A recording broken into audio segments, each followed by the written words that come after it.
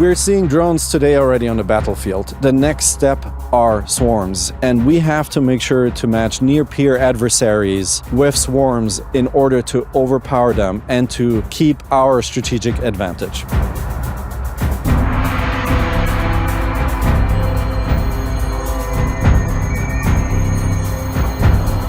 It's that massive force multiplication of a small team in a small vehicle can now take on an entire armored column with an air defense system with ease.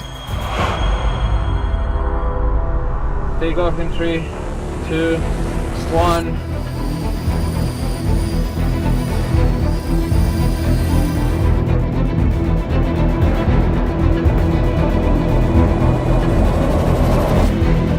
We showed today a hybrid swarm from multiple nations, multiple types of aircraft.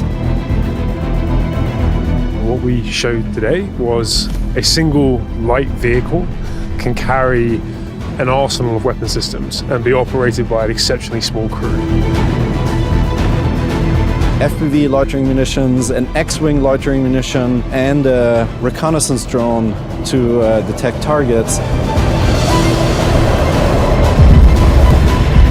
The weapon systems that we could bring would have definitely overwhelmed that system.